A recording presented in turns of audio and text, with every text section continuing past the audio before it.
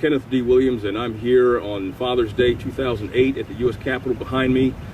And the reason I'm here in front of this microphone is I have a story to tell as a alienated father who's been railroaded out of his child's life by the U.S. court system, the Fairfax County court system to be more specific.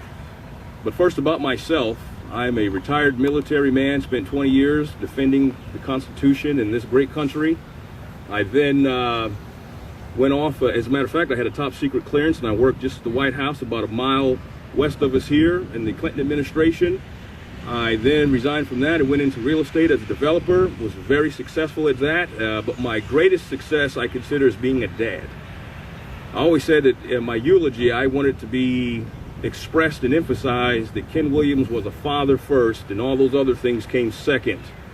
And that's what the devastation in my heart comes from. Feeling so passionate about this as a U.S. citizen and a patriot, and believe so wholeheartedly in this country, yet 9 years in the family court system of Fairfax County. This is 9 years of my court documents in this large 3-ring binder that's, I don't know, about 6 inches thick here. And that's not all of it. I have a Xerox box full of things in my house of all the court cases I attempted to do. Now, a little background on my case here. I tried to write notes this morning and write out a speech, but it just didn't happen. For one reason, I got very emotional. I could feel my chest swelling up and my head pounding, as though I was reliving every one of those experiences, starting in January 1999 when I filed my very first show cause court petition at the Fairfax County Court.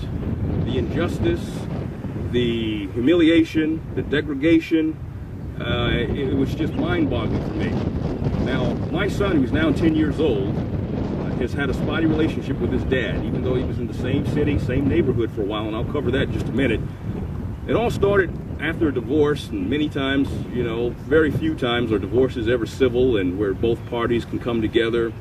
Sometimes initially there's some heartache, but the adults get over it and move forward and come together with the common cause of raising children.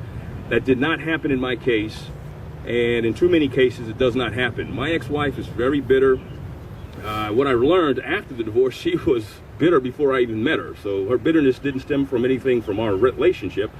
Quite frankly, her bitterness is the root cause is from her own father abandoning her as a child.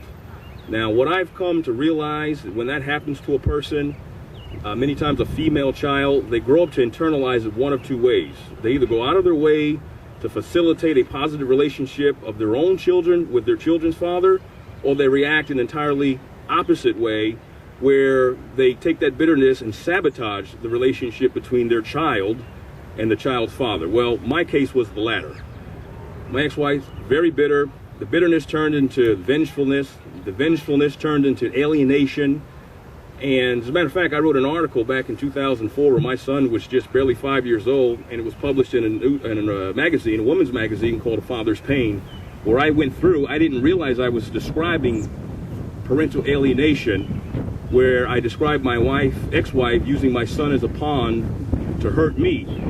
Well, part of that hurt and part of the action stemmed from the way she carried them out was, you know, being destructive and denying my visitations. So what I did is I took my case up with the court system thinking, okay, well, I have rights as a father. I was married after all, you know, even if I wasn't a married father, I have rights for that child. I mean, all you have to do is just realize that the federal government comes after you for child support, the local counties come after you for child support. There's your rights right there. Filing my first court petitions landed on deaf ears, it seems. I filed them myself. For about 3 years, I filed show cause petitions in the Fairfax County justice system, in the family court system. Never made any headways. There was a judge there who would hear my court cases. She's now retired, Judge Jane Delbridge. Very unpleasant lady, very arrogant, very demeaning, degrading. Treated me as though I was a criminal of some sort instead of a dad who was coming forward with the only goal of wanting to be in his kid's life. As a matter of fact, I remember one incident where my ex-wife would not allow me to take my son on my traveling business trips. Where my business trips, I'm a real estate developer, and I would be called in. I wrote several books on investments in real estate, and I would address audiences around the country. And I thought, wait, what better way to plant a seed in your child's life and bring them along with you? The judge would not allow that and even laughed at my occupation when she asked me, well, what do you want him to see? And I explained I want him to see his dad up there teaching and speaking. And her exact words were, why? Why would you want to bring a kid to something like that? He'd be bored to tears.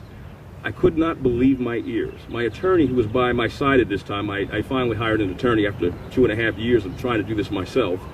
We looked at each other and couldn't believe ourselves and what we were hearing. We couldn't believe what we were hearing.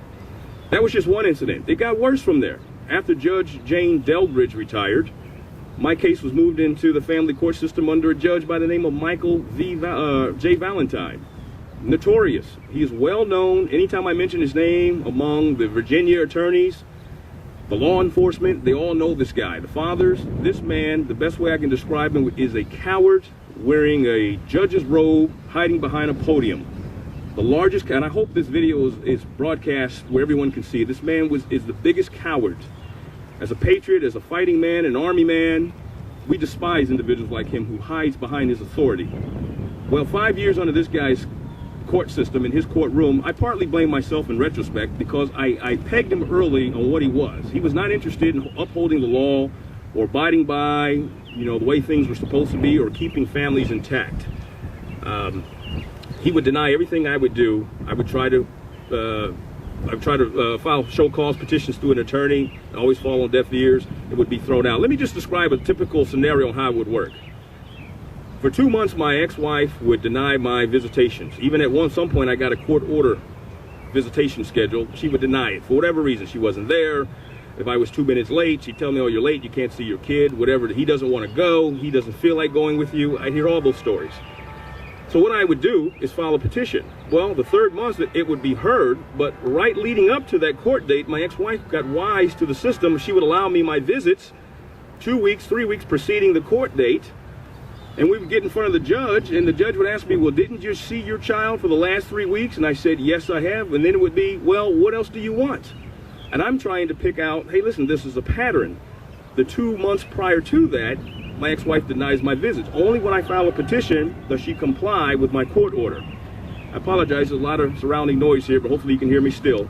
So it was that kind of thing over and over. And, my attorney, she was the first of 3 that I hired. She looked at me and she said, Mr. Williams, you probably this needs to get into the hands of the Commonwealth attorneys, and you better be better off going down to the magistrate's office and filing a complaint that your ex-wife is blocking your court-ordered child visitations.